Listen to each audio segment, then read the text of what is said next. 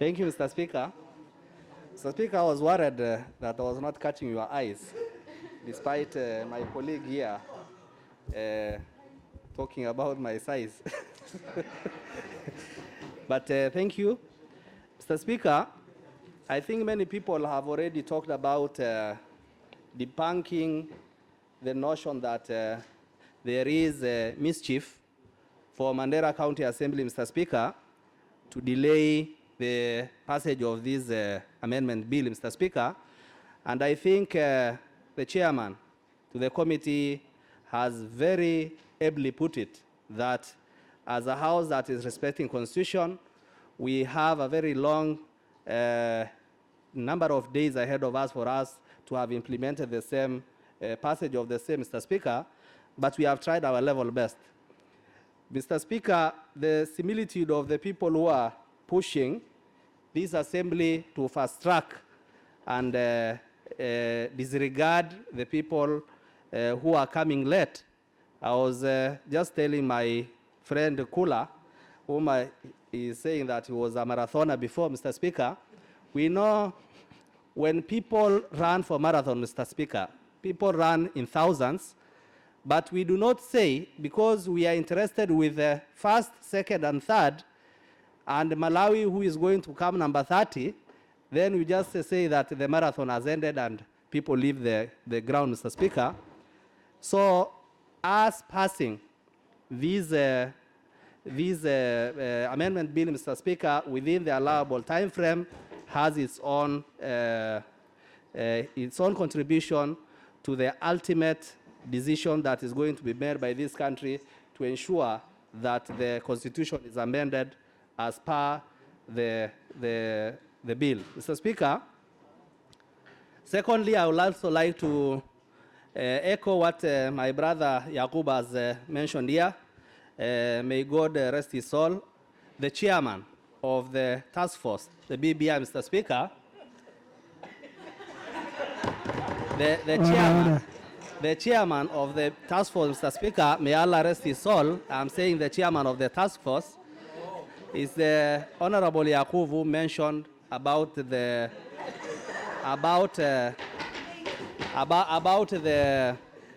contribution of Honorable late Yusuf Haji on ensuring that we have order, members. We have this bill before us, Mr. Speaker.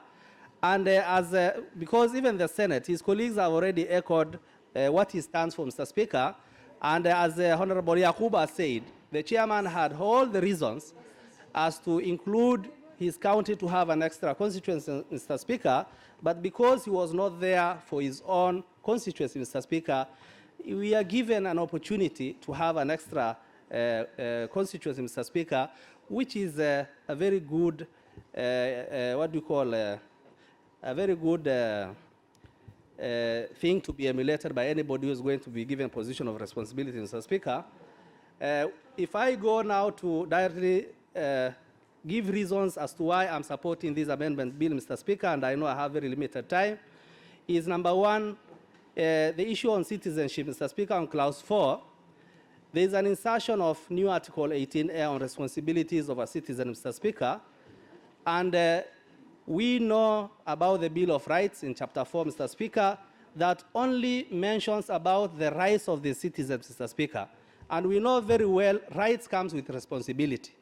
And I'm sure during the lifespan of the Constitution, Mr. Speaker, people must have seen that there is a very big gap because everybody is talking about his or her rights, Mr. Speaker, and we have responsibilities because where your rights starts, another person's rights, where your rights end, another person's rights starts, Mr. Speaker, because for us now to have responsibility as a responsible system, Mr. Speaker, you find that there is that inclusion of Article 18A that not only talks about positive virtues and bringing up responsible citizens, Mr. Speaker, but the article talks about engender the principle of national ethos, Mr. Speaker, comprised of the spirit of oneness, honesty, integrity, set out moral principles to be adhered to by every citizen, including the duty to promote harmonious living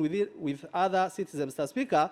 It goes further, Mr. Speaker, to ensure anchoring of the rights of people who are earlier neglected, the parents, the elderly, okay, respect for the well-being of the family and the parents and elders, Mr. Speaker. You find that we have elderly people who are neglected, and you find that the people who are supposed to be the duty bearers and taking responsibility, Mr. Speaker, because of such vacuum in law, then you find that they are not able to get a decent life, Mr. Speaker, and that is going to ensure we have a responsible citizen, Mr. Speaker.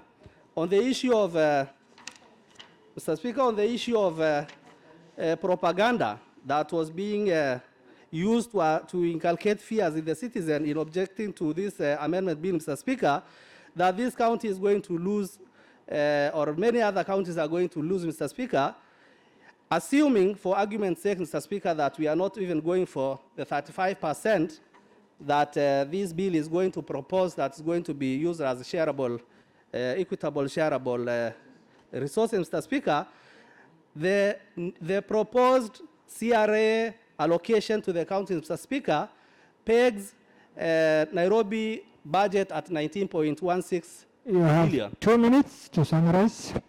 19.6 billion, Mr. Speaker.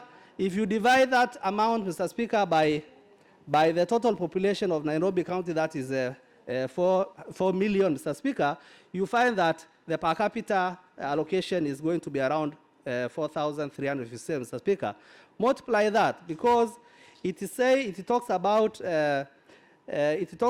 ensuring the average amount of money allocated per person to a county with the highest allocation does not exceed 3 times the average amount per person allocated to the county with the lowest allocation. So if you multiply the lowest, Mr. Speaker, by 3, you find that even the people who think that they are going to be disenfranchised by this, like Mandera, for example, we are going to get not less than 12 billion, Mr. Speaker. And that is just the 15% we are talking about.